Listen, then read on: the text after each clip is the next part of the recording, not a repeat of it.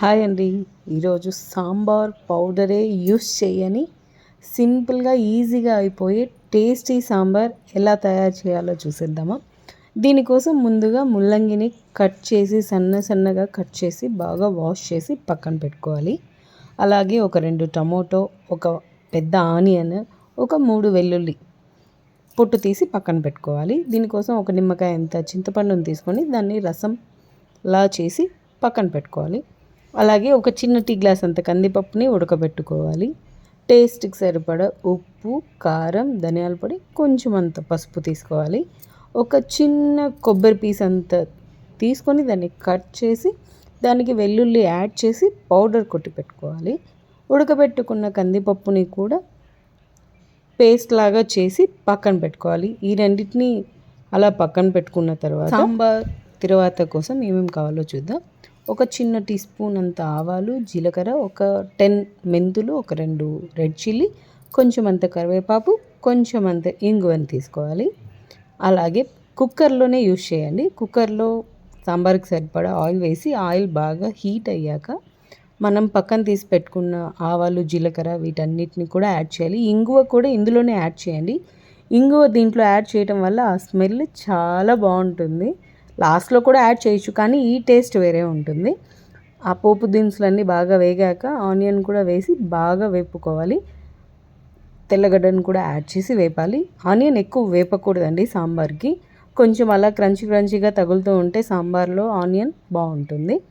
Onion కొంచెం వేగాక wash చేసి పెట్టుకున్న ముల్లంగిని కూడా యాడ్ చేసి ఒక 2 మినిట్స్ వేపుకోవాలి. అలాగే దీంట్లో మనం తీసి పెట్టుకున్న ఉప్పు, పసుపుని కొంచెం వేసి ముల్లంగికి పట్టేలాగా వేపుకోవాలి.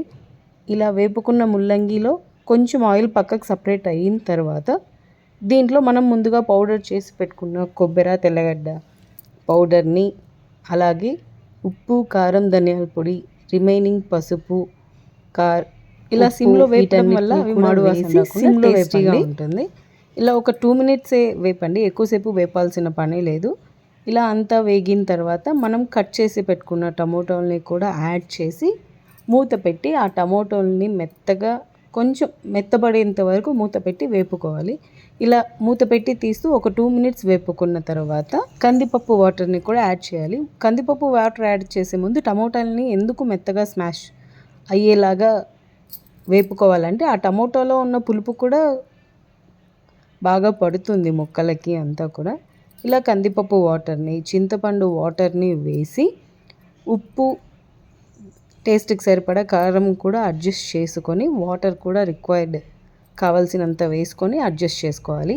ఇలా కుక్కర్లో ఒక్క విజిల్ మీడియం ఫ్లేమ్లో వచ్చేలాగా ఒక విజిల్ చాలండి. ఎక్కువ విజిల్ పెట్టినా కానీ అది స్మాష్ అయిపోతుంది ముల్లంగి తర్వాత. కాబట్టి ఒక విజిల్ తర్వాత విజిల్ తీసేసి కొత్తిమీర చల్లుకొని వేడి అన్నంలోకి ఈ సాంబార్ వేసుకొని, మన స్పెషాలిటీ ఏంటంటే ఈ సాంబార్లో మనం ఏ సాంబార్ పౌడర్ యూస్ చేయలేదండి.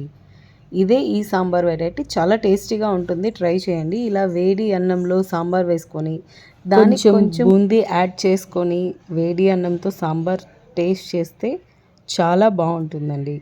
ట్రై చేయండి తప్పకుండా, చాలా టేస్టీగా ఉంటుంది. ప్లీజ్